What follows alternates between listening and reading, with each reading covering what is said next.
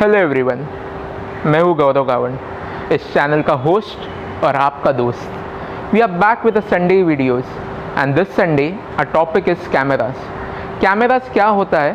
What are cameras? A camera is an optical instrument used to capture images. It is a box with a hole in it, जिसे aperture कहा जाता है। उसमें से light pass होके sensor पे hit होती है and we can capture the images. There are different types of cameras like Kodak cameras, which are film cameras, black and white cameras. Then we have action cameras like GoPros, we have DSLR, then we have short form cameras, long form cameras. यानी the sensor size पे भी depend होता है cameras. And then we have red CD camera, which are usually used in film makings, and they are very famous. So if you like this short information on the camera, do share with your friends. Let them get educated and gain the knowledge in the simplified ways.